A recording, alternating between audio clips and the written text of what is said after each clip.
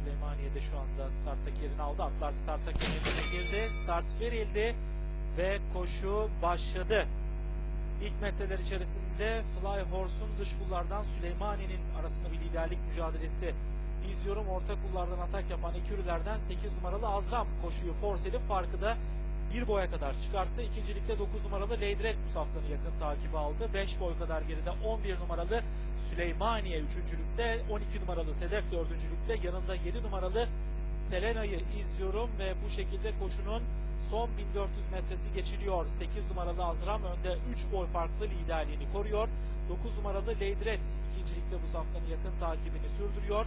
3 boy kadar geride 11 numaralı Süleymaniye üçüncülükte, dışında 12 numaralı Sedef, 1 boy kadar geride 7 numaralı Selenay, içinde gördüğüm isimse bu metrelerde 3 numaralı Fly Horse şeklinde koşunun son 1000 metre start yeri geçiliyor. 8 numaralı Azram kolay bir tempoda farkı 5 boya kadar çıkarttı. 9 numaralı Lady Red yine bu safkanın yakın takibini sürdürüyor.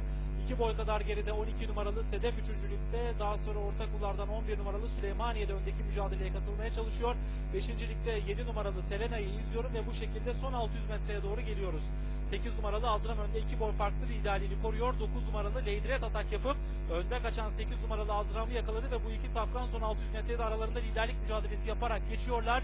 12 numaralı Sedef üçüncülükte, dışarıdan 10 numaralı Semih'in aralardan Selenay'ın da gayretlerini izliyorum ve son viraj dönülüyor değerli izleyiciler. 8 numaralı Azram'ı ortadan gelen Lady Red yakaladı en dış kullardan. Şimdi evet 12 numaralı Sedef'in de gayretlerini izliyorum. Dış kullardan Semih'in, en dış kullardan Fitriko'nun, iç kullardan da Big Bag'in sprintleri var. Koşunun son 200 metresine geçildi. 12 numaralı Sedef, 7 numaralı Selenay, Big Bag, Fitriko arasında başa baş bir birincilik mücadelesi. Az farkla Selenay hakim olmaya çalışıyor. Dışarıdan Fitriko geliyor. Selenay yarım boy kadar önde, dışarıdan 1 numaralı Fitriko geliyor. Selenay önde ve Selenay kazanıyor. 1 numaralı Fitriko ikinci, son hatayla 3 numaralı Fly Horse yoksa 6 numaralı Big Bag mi? Üçüncü oldu. Buna barış hakemleri karar verecekler. Evet sevgili yarışseverler, koşuyu son hatayla iç kullardaki 7 numaralı Selenay İlker Soyat'la kazandı.